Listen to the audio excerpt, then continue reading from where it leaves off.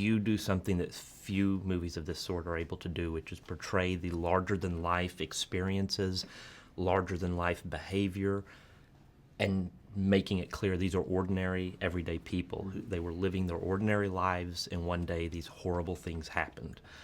And I was wondering if you could just talk about maintaining that balance between the grounded, raw humanity of these people and then how they reached down and had to perform in a way that transcended themselves. I think that Mark and I both have spent a lot of time in our careers playing real people, and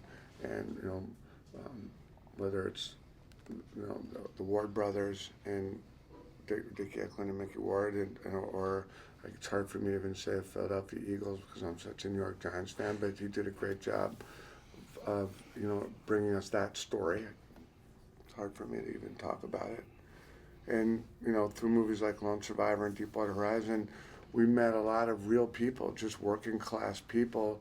And these are the people and the stories that interest us. And I think we have an understanding that, these people don't wake up with capes, not even Navy SEALs. Marcus Luttrell doesn't wake up with a cape. He's just a pretty normal guy, maybe a little bit taller and has a slightly higher pain tolerance.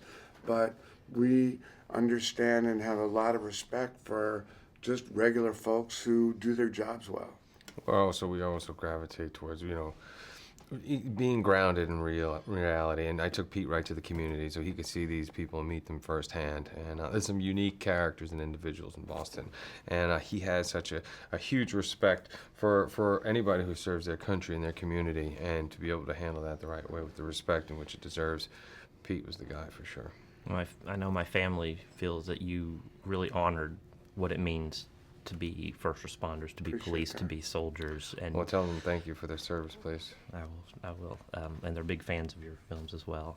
You also have really hit the banality of evil with this movie. It's a phrase that we talk about, but we see these guys that did this monumentally evil act, and we see the kids on his phone texting and their everyday life, and they're like watching the news and complaining about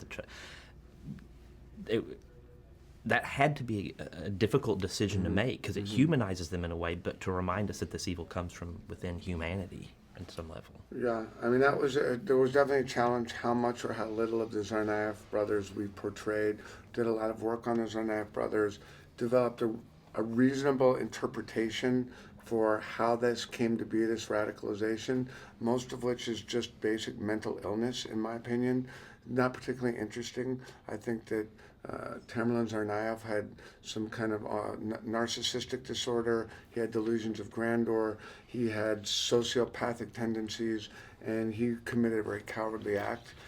I don't really want to explore too much of that pathology, but it's hard to get around the fact that they were entrenched in our culture. They were going to school, the younger one in Massachusetts, the older one wanted to be a boxer. There were things about them that were banal, were terrifyingly normal. They were part of our culture, and I felt that it was appropriate to show some of that, but certainly no justification for that behavior.